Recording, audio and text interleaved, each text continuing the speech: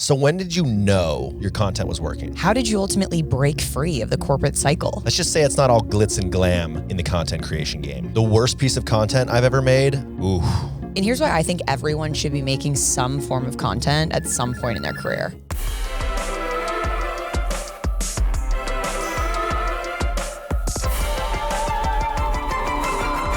Demoted. Moterheads, hello, welcome back. Good morning. It's been a while since Ross and I have had our butts in the beanbags. Yep, beanbag baddies are back. It's been a minute. And this episode, obviously, we're talking about how to become a content creator, kind of our tips and tricks if you're starting from zero. Yep, we teased it for you, so you should know that now. What are videos that work? What are videos that don't work? But before we get into it, Ross, I haven't seen you in a while. Can we just do a what's good? I was just at Dreamforce this week. Ooh. You know, it's my Super Bowl. Totally. Everybody makes it all about Mark Benioff. Like, why? Like, this is about me. This is about me. This is why I'm here. And I met a bunch of Moterheads, bunch of D-gang worldwide. I think the Dreamforce Motorhead crossover is kind of like the goal of what we're going for. We were on this so podcast. close. We were so close. I know. For the Motorheads out there, we were really close to securing a little stage interview at Dreamforce. It didn't work this year. Not Salesforce's fault, actually. Our potential guest was from outside the organization and just couldn't swing it at the last second. And that's okay, because we'll be there next year. We'll be there next year. All you Motorheads, for sure. Yep. Any yep. highlights from... What were my highlights? I mean, besides meeting, members of the D gang, I got about 5 inches from Mark Benioff. He looked me in the eye. Oh my gosh. I'm convinced he stuttered. Did he know who you were? No. Well, no. It's one of those things. I look like that dude. I'm creating a list now of all my doppelgangers. People are like, you look like blank, blank. All the jokes in SAD. Nick Kroll. Like a broke ass Andy Samberg. Yep. There's a bunch of, I've gotten like Jon Stewart. I've gotten Pauly Shore, which makes me want to blow my brains out. I get people coming up to me and being like, oh my God, you look exactly like my friend. I'm like, well, pull up the photo. I'm ready to be hurt. And then it's something so bad and painful. And you're like, I did that to myself. And I'm like, oh my God, thank you so much. She's gorgeous. This is your friend, not a troll. So okay. That's what you see when you look at me. Perfect. Oh my God, you're so right. It's like looking in a mirror. Good. And then you walk away with a little tear. Singular tear rolls down cheek. Anything else besides Dreamforce? No, okay. I mean, Dreamforce, I hosted a golf tournament. It was great. I know nobody wants to hear my golf tournament. I mean, the Motorheads are largely female, so if you could keep the golf talk to But a they're minimum, athletes. I know they're athletes, great. though. They're just elite athletes and they love sports. No, Ross hosted a golf tournament. It was very cool. It was cool. I was not invited to be the water girl and the cart girl. Yeah. But which was kind of offensive. So maybe next year. It was a tester. I didn't want to waste your time. Yeah. I think next year when we do it bigger, better in the city proper. Yeah. I'm gonna hoe you out on the golf Did you guys get drunk? Yes. Okay. We had open bar. Because you were in a onesie. I was in a onesie. Did you pay for the open bar? We got sponsors. We got a couple sponsors. Sweet. We broke negative, which was nice. That's good. Yeah. That's a good use of my time. Awesome. It was a test, okay? Sometimes you got to learn. You got to bring the boys together to golf. That's fun. We had 4 women. Okay. 5 women, actually, of 40 people. Awesome. So as far as ratios go in terms of golf, that's pretty good. We're working on the ratio. We're trying to bring the game to everyone. Yep. So anyway, what's good with you? So I was in Dallas at this event called LTK Con. Okay. And if you guys don't know what LTK is, I don't. It's whenever an influencer or creator you posts the link to their outfit. They're likely fashion. Oh, this makes sense for you. They're likely using LTK, which is kind of the back end platform that allows creators to get commission off of those links. So people click the link, you're like, check out my new suit, whatever, yeah, and they buy it, you get I'll commish. link it, get a little commish. Okay. And you probably crush on that. Well, not really. I mean, I'm not really an affiliate link girl. There are these fashion creators who make millions of dollars on LTK. Millions. A year. Yeah. Holy shit. And the conference was as any conference is, and sitting in this crowd today, we have over 1,100 LTK millionaires. So they're saying all these stats. I mean, the platform has made $5 billion this year alone. Damn. It does very well. So nobody asks me about my fashion. It's kind of. So no one's asking you about your fashion, and I'm sorry about that. But I felt very out of place too. I felt like you'd feel when I link my outfits because I'm not a fashion girly, and all these girls just know exactly what they're doing. They're dialed in. I feel like you're kind of you're dipping your toes in. Yes, I love fashion. You're not trying to be a fashion influencer. No, but I'm starting a workwear line in January. I'll actually shout that out. Very excited. We'll talk about it when it drops. But I am getting into it, and I think workwear is something that we're all just confused, what to wear to work. I'm very confused. So I am passionate about that. But this was, gala level. Everyone is just to the nines decked out.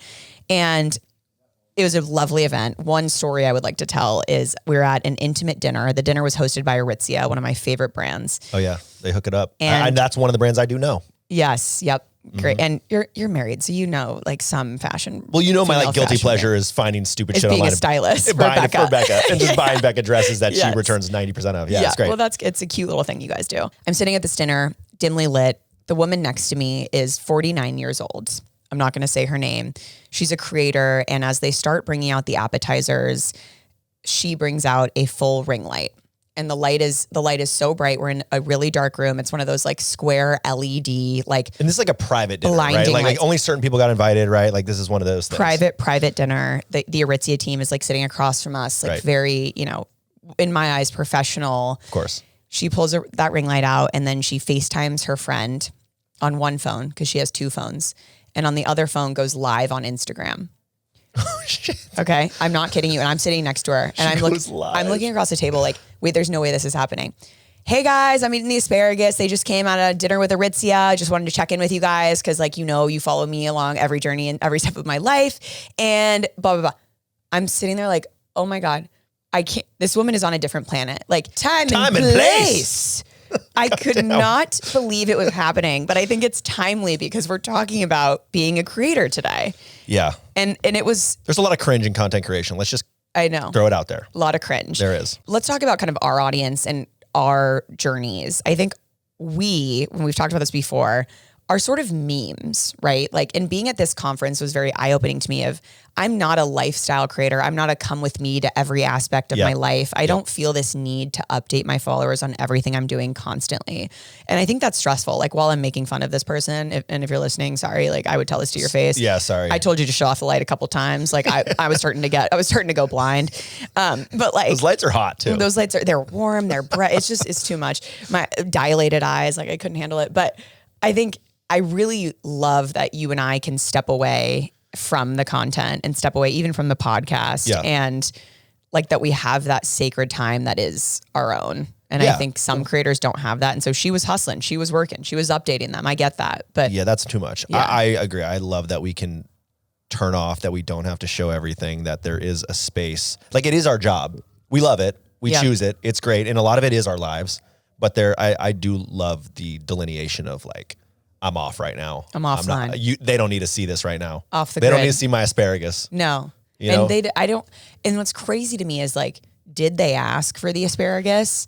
And like, there is like a cult following of some creators that are like, I want to watch you eat asparagus. I want to watch you sit at your dinner with your family. Give me that ASMR of asparagus. I want to watch you changing your baby's diaper. Yep. Like all that. All and in 4K. That scares me a little bit. Yeah, that's not for me. Did you ask the Aritzia team? Were they like, what the fuck is she doing? Or they were, yeah, absolutely. Okay, they weren't like, oh yeah, no, we asked her to like live stream the dinner. No, they were like, I'm so sorry, like I can't believe this is happening.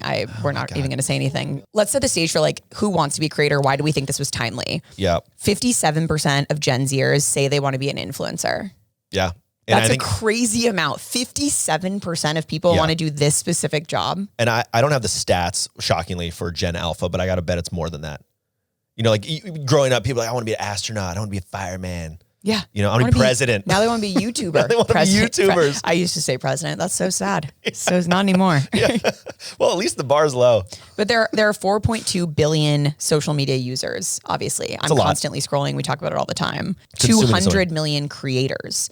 And creator can mean so many things. And what I want to use this episode for is like, there are micro creators. There are LinkedIn creators. Yep. You can be a creator at your company. You can make employee generated content. We don't mean filming yourself at the Aritzia dinner with a ring light. Like that's not what we mean. There's so many different. There's a lot of degrees, a lot of levels, a lot of ways to do it. Like you said, it doesn't have to be your job. No. It can be an element of it. It can be a way you express yourself, something you're passionate about. Jobs now are, encouraging you to post on LinkedIn about your job. Like that's a form of creation, right? We live in a society also where it is hard to break through the noise, and this is kind of like the way to do it. Yeah. You know, to get yourself out there, to build brand equity for yourself. And we've talked about this before. We talk about personal brands. We both do workshops on this, but having a strong personal brand opens you up to opportunities, right? That would not have come to you otherwise. You know, totally. People feel like they know you. You build trust. So, I agree. And let's talk about our journeys and our brands. Just kind of set the stage. Obviously, if you're listening to this, you know who we are. But we're going to give you like what was your journey? The D gang knows what's gooch. I know. Okay. I know. My journey was like growing up. I was just the kid who made home movies. Yeah. I wanted to make war movies. I thought war movies were cool. So we'd like hide in the dirt and stuff and we'd shoot stupid war movies. I'd put really terrible sound effects on it. Back when there were camcorders where you'd have to like rewind the camcorder and then just reshoot the scene. And you'd leave little clips in the middle that you were recording yourself from home as a kid. Yeah. How did Corporate Bro start? Let's jump from childhood. No, but it's the same thing. I was just making videos for my friends. Yep. And my friends were my coworkers at the time. And so what better thing to relate to them than our shitty jobs? Totally. And that's how it started for me. And similar, I mean, I was working at Deloitte. I had no intention of being a content creator or an influencer. Yeah. I honestly look down on this industry, which is like sad looking It's cringe. back. People, like when we describe our jobs to people, it's like, it's hard to talk about without some shame. Yeah. And I did improv in high school. So like comedy's always been close to my heart. Like I feel like I'm the person at the table that tells all the stories. You and I are the funny guys. We just won't shut the hell up. We just like take our clown mask off when we go home. We go home and we just back in the locker room wipe off our Joker How makeup. are we today? Yeah, literally. I call my friends in college call me the jester, the town jester. Literally. Because I just show up and dance around like a clown. It's like just that is us, class clowns to our core. Yep. So it's not shocking that we're comedy creators. Yeah, but I think that what's important is like that's who we were and are, and it wasn't so much of like let's become content creators. Well, and that's what we loved. I think both of us is making people laugh. Yep. And we still do. Yeah. Like the whole point of when we post a video is we want to bring joy and make people laugh. Yeah, just say what everybody's thinking. Yep. And not a lot of people get that opportunity, and I think we were pretty early in the game. Obviously, I'm like way older, so therefore was earlier in the game. But they're just like, let's take a step back. Corporate is absurd. Like the whole concept of corporate is absurd. Yeah. You know, the things that we do, the things that we say, like deadpan. People, did someone lose a dongle in the conference room? Yeah. And they're genuine. Like, can we just like say that again? This is mission critical. Yeah. Oh, sorry. I didn't realize we were going to war. Yeah. Yeah. Wow. Exactly. And so, what did you want to be though? Like you didn't want to be a content creator. I wanted to be a partner at Deloitte. And I think what I wanted to make money. Like I wanted to have a successful career. I think that's very taboo to say. And people, especially women, it's like you're shamed for wanting money. And like, that's not something you talk about. Yeah. You don't want to be a housewife? No. Like what happened to us? I want to have a successful life. I want to not struggle for money. I want to be able to take a flight to my friend's wedding and not feel miserable the whole time because I could barely afford the tickets. I don't want to worry about money. Yeah, of course. And I think that was like when I realized totally marriages, families, like always. But when I realized that content creation and being an influencer like was a very lucrative business. Yeah. And that having a following is like extremely monetizable and it's actually the most powerful tool. I leaned into it and I was like, okay, wow, I think I can make something out of this. Yeah. This is not only bringing me joy making these videos, but now it's bringing me an income and a life. Yeah. And I mean, to be clear though, like you're incredibly good at it. Like you're in the 1% of the 1%. And I think, well, I mean, objectively and numbers speak for themselves and like the opportunities speak for themselves. Not everybody's going to get to that point. Totally. You don't have to get to that point.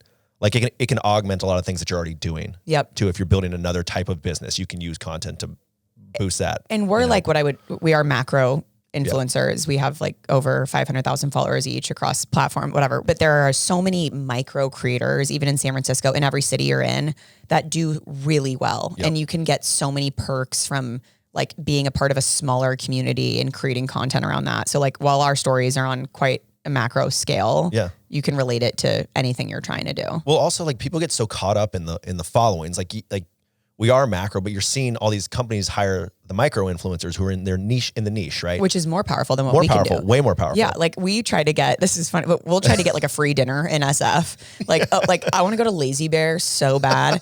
And I'm like, oh my God, maybe like Ross and Beck and Matt could go and like we get it for free. They don't want us because our audience is so diverse that like we have our second biggest country is India. I don't think they're going to fly here for Lazy Bear, but a micro creator in SF, that's way more powerful than what we can offer. Right. And they're more trusted because they're experts in that space. It's like, people come, B2B, that's my thing. Totally. Like corporate, like that's where we play well. Yes. But they don't want to come to us for food. No one's asking us what we're eating tonight. Yeah. Unless it's Katonia. Lazy Bear, if you're listening, we really want to come. Please.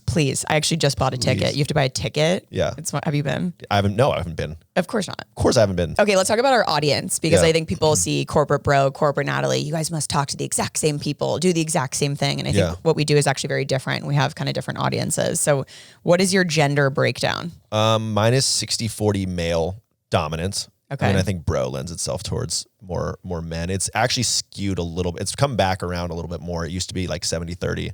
Yep. That's good. Yeah, I must add a glow up or something. I don't know. The Moterheads are actually like 70% female. Yeah. So what's up, Moterheads? Ladies. Hey, ladies. Oh. They love you. The ladies love you. What about yours? I am 77% women. Yeah. So majority women. And I think I'll say to the content creators trying to gear their content or think about who they want to skew their content towards, women typically are more buyers on social media. Yep. So it's easier to create content for women than it is for men. You still obviously do it. Like it's not, but like you can do makeup products. You can do skincare. Women are just buying more and more active on social ads. Yeah. They're more engaged. And so it's a super valuable audience. Yeah. And I think a lot of times people, like we're in a fortunate position, like marketing for us for B2B brands, the cost of their products is so high. Yes. Therefore, the value of our audience, is a little bit higher. Well, and I think let's talk about our age breakdown because you see these creators and TikTokers that have like millions and millions of followers. I mean, Make Ross and I look so small, but they're really young audiences. And that's actually not as powerful because those people can't go out and have a credit card and buy a product. Yep.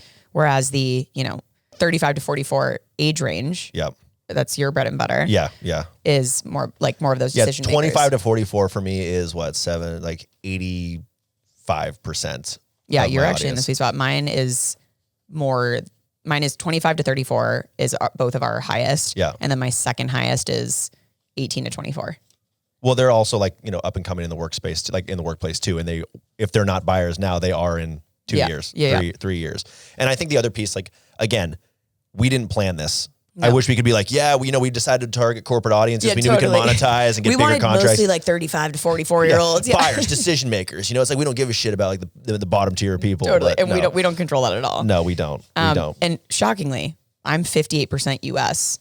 58%. You think that's high or low? I think that's low. Yeah, low. I thought all of mine would be in the US. Mrs. Worldwide. I'm Mrs. Worldwide. You're Mrs. Worldwide. You're 65% US. 65% US is what I am. Thank you for being able to read the paper. Again, totally. So many papers today. Third biggest country, India. What's up, guys? What's up, India? I'm a UK guy. Nice. I'm trying to break into India. It's a big market. Mumbai big loves market. Me. Bangalore, that's the tech hub of India, and I gotta get there. You gotta get there. I did have 2 lovely lasses from India come up to me at Dreamforce, which was cool. Lovely. It's actually wild. And I think a lot of this is because a lot of the companies that follow us are global organizations. Yep.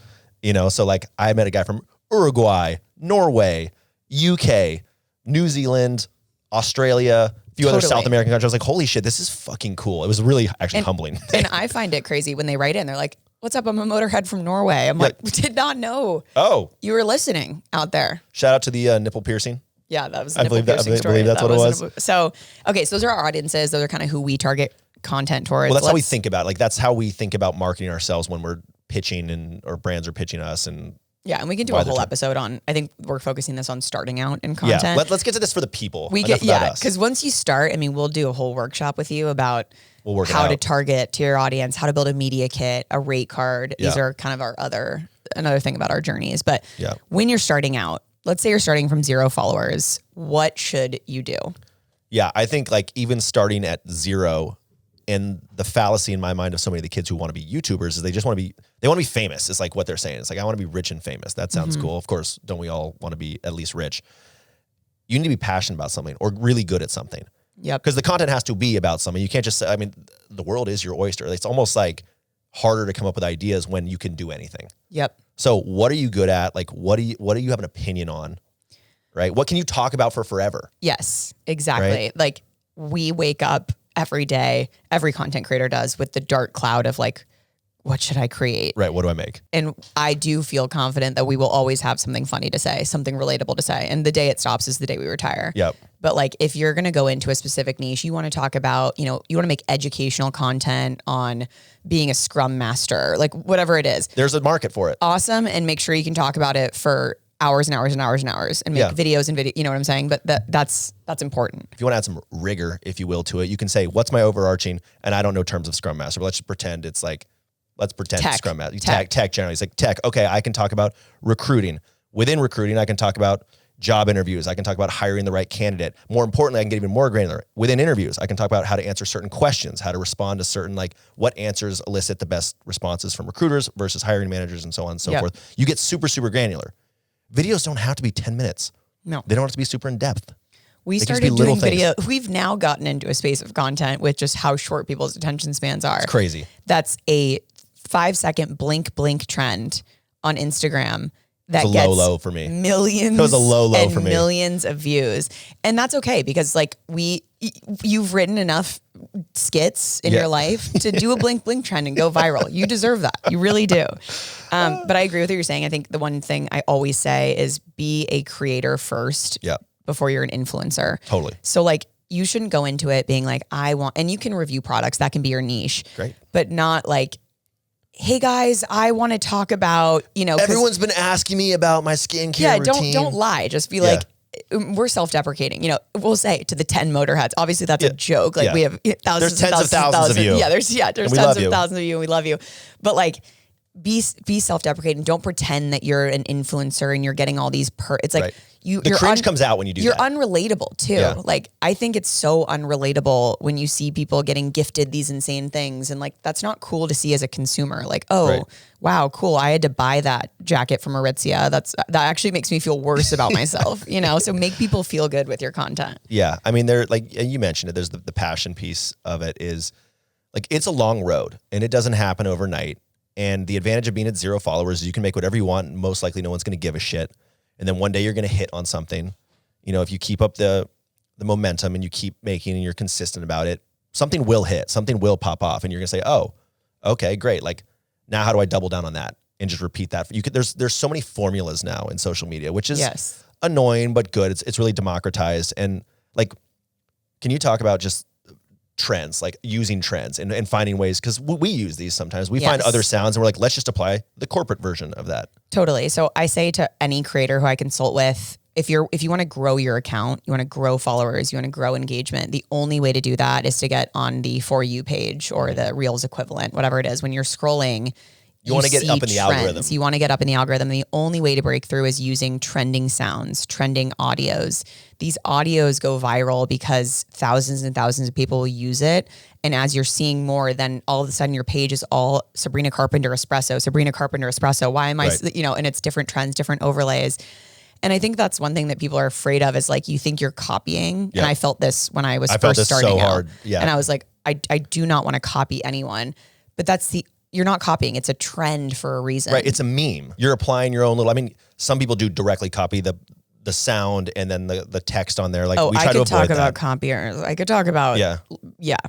If you're not given credit, especially like we've done a video, we gave credit to the person. Like we copy this from you. Thank you. Right. You're the OG creator. Right. If you don't give credit, like that's the biggest. And now that is the culture now is like, you can copy someone, just give credit. Right. Exactly. Make your own version, whatever your niche is, whatever you've chosen. It's bibliography. We've done this growing up. Yeah, we have. We've cited our sources, and I think that is an important thing. It's just like having that mutual respect for other creators. But again, other people have already made stuff that works. Yeah. Apply your lens, your vision to it. Let's talk about niches because people will be like, niche down, like know your niche. I think now the trend is going towards actually niching up. Try different things. You're at 0 followers. You need to see what sticks. Yep.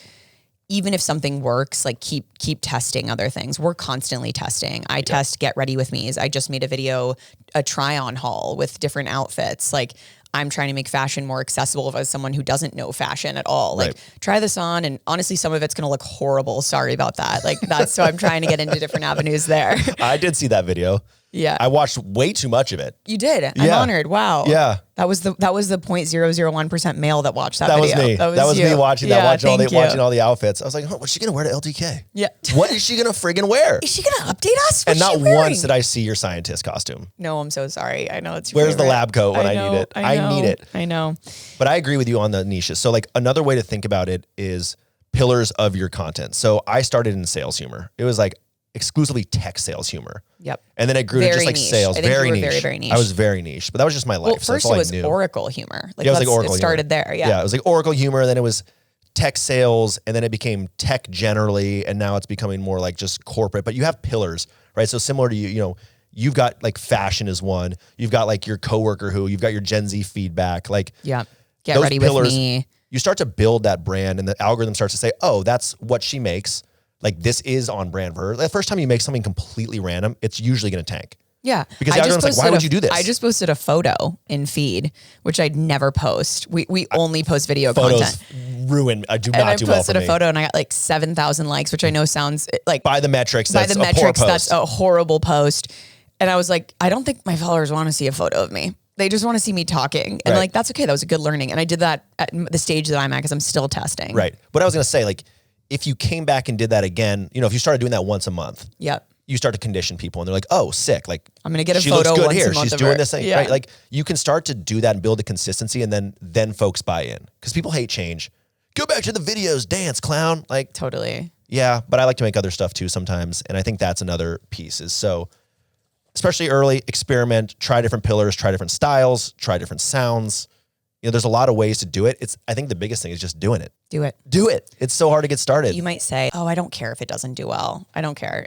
You actually have to not care.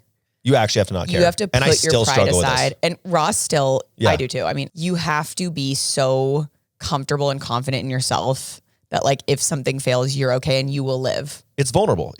Putting yourself out there in front of the internet is a vulnerable position to be. Especially when, let's talk about like a failure. We spend so much time. We really do be failing though. We do be failing. We fail all the time. We took a video down yesterday. Yeah. We thought it was great. It was a trending sound. I certainly did. I made it. It was. That one's on me, guys. No, it was on me as well. On me. It was a trending sound. It was Becca said it was going to do badly. I said it was going to do badly too, kind of. I didn't love the sound. It's okay. We didn't know. The sound was trending when we first did it.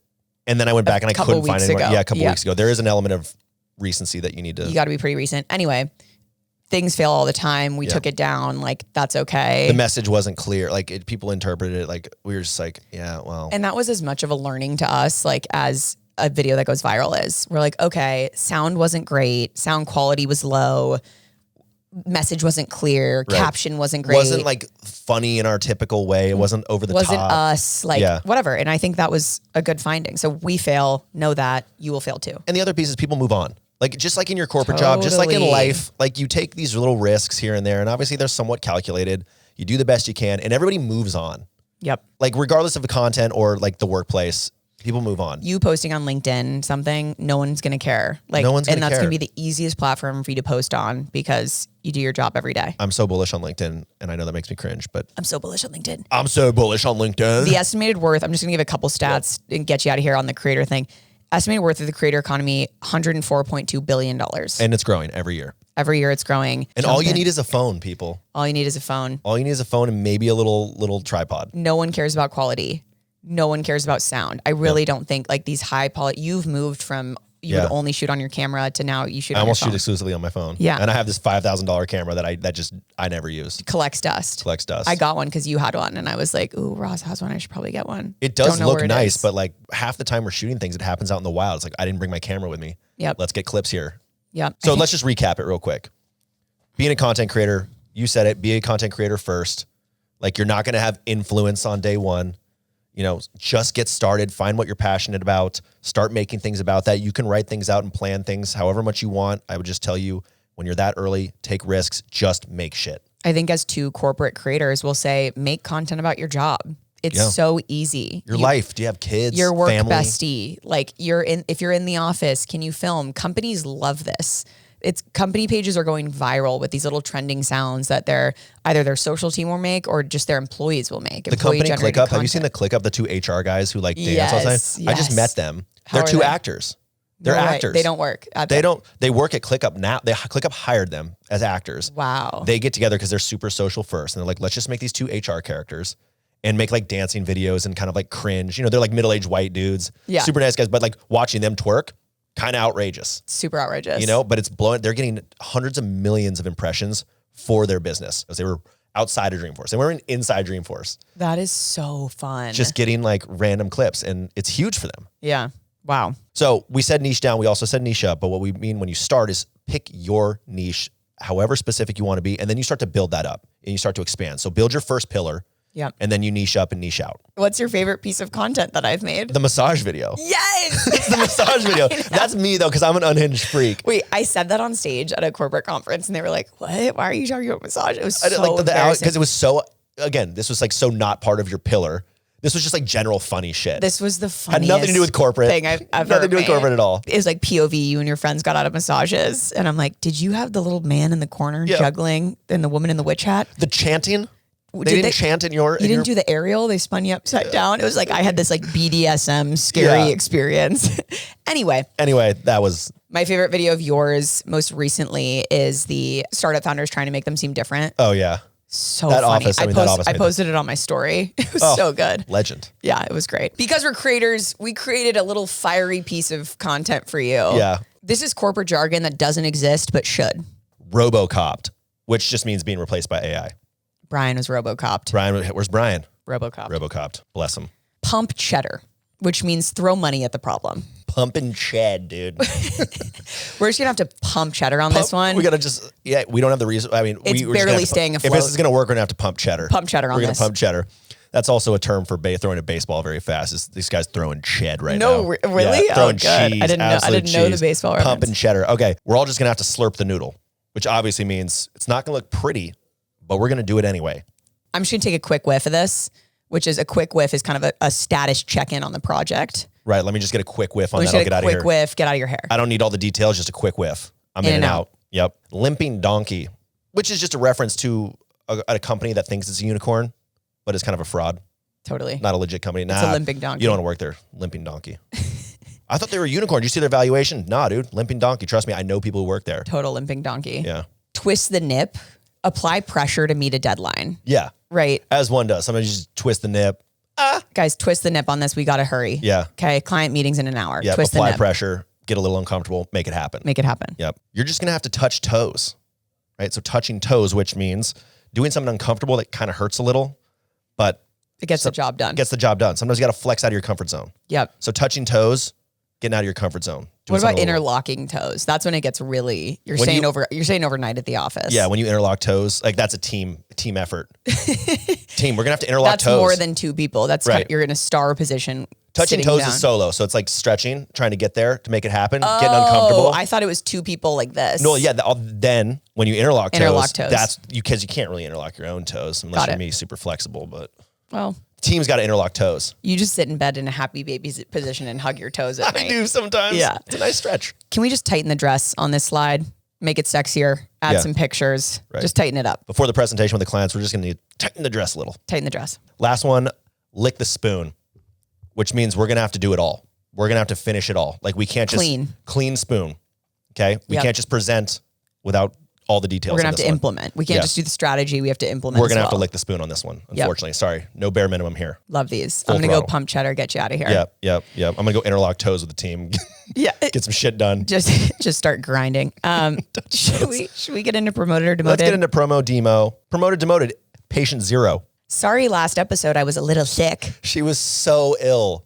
Really ill. And for the next 10 days, I was very ill. And Becca was very ill. Okay, I'm sorry I made you too sick. I felt like I was back in the Middle Ages with the Black Plague. I had COVID twice in like 2 months. I know. Both from me. Promoted, patient 0. I'm always patient 0. But what I am is always sick. It shocks me that you have, I have extremely low immunity. I'm always ill. That's what I feel like now. But I think it's just because we started this podcast together. We just alternate being ill, so we just keep getting the other one sick. Can we just be sick at the same time once? No. Please. No. Please. Because then this podcast, we wouldn't be able to do podcasts with one person ill. Strictly ill when we do these. Promoted or demoted, wearing costumes in videos.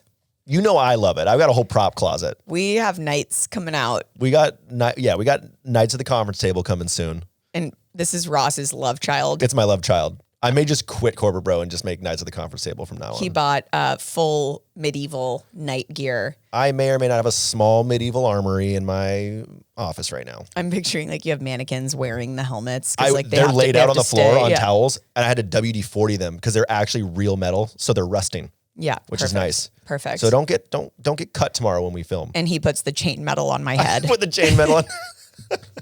Lady Coleslot. Lady Coleslot has a chain metal. Okay. Right. Promoted, demoted, true crime shows. Wait, can we talk about costumes one more time? Sorry for me. I just can't stop talking about costumes. Yeah. I do love costumes. Okay, costumes for Halloween. We're recording this in September. I already know what I'm going to be. What are you going to be? Elphaba. Painting myself green.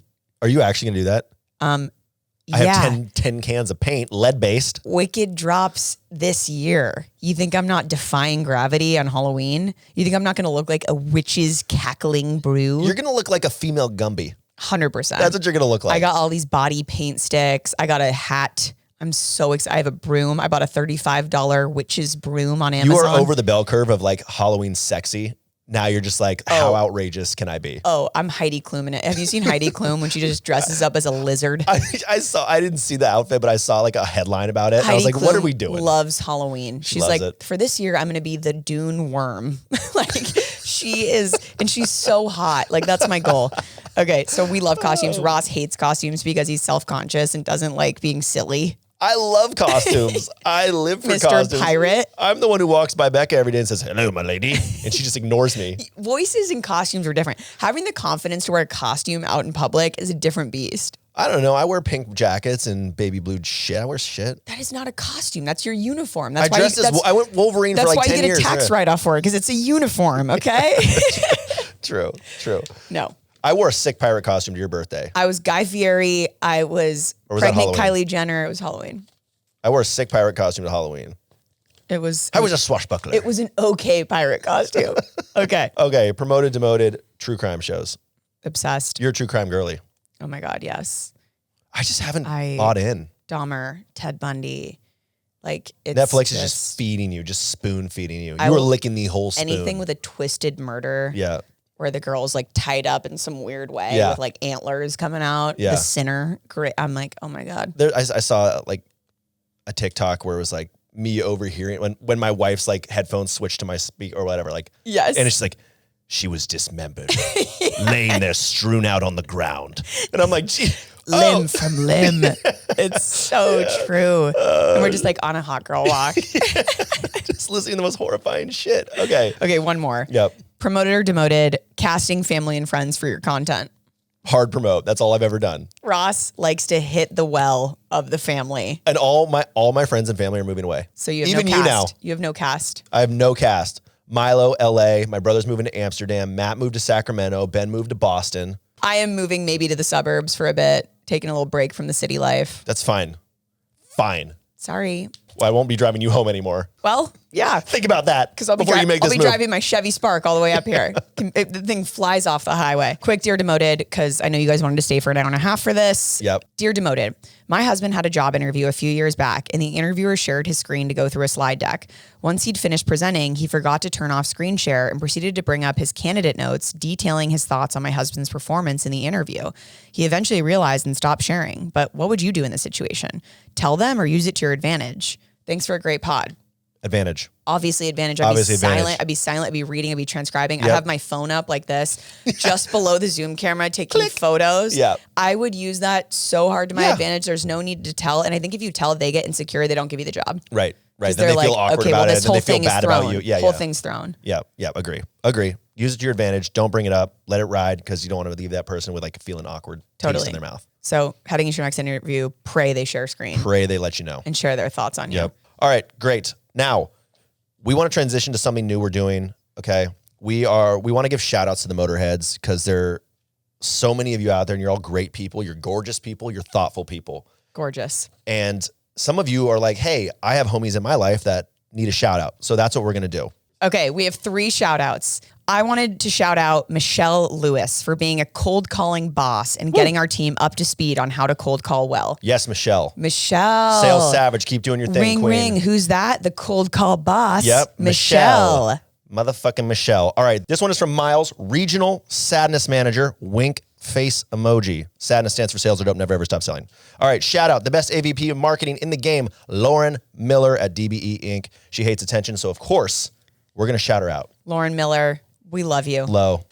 We call her Low because we love her so much. Low. Yeah. She's our Low. She's our Low. She's the best. She is. Thank you for marketing at the AVP level. This is from Elena Horowitz. Shout out to my boyfriend, Eric Waite, for a successful first year of dating. We have survived 4 seasons. 4 seasons. Congratulations. Happy for you guys. Winter, spring, summer, fall. We love you. Yep. And hope you guys stay in love for forever. So those are our shout outs. As always, send them in. Contact at demotedpodcast.com. Keep them short and sweet because that's what we're going to do. And last but not least, we're going to read a review because we love our Motorheads and we love hearing good things about ourselves. So I'm going to give this to you to read. Thank you very much. This one is a nice little paragraph. This is called The Most Important Podcast in My Life. It is from 123 Go for me. I love Demoted so much and have been listening from the start. I have followed Natalie for a long time and am absolutely better off by adding both Demoted and Ross. Thanks. I work in healthcare, but completely and maybe unfortunately relate to this podcast so much that I cackle out loud every week.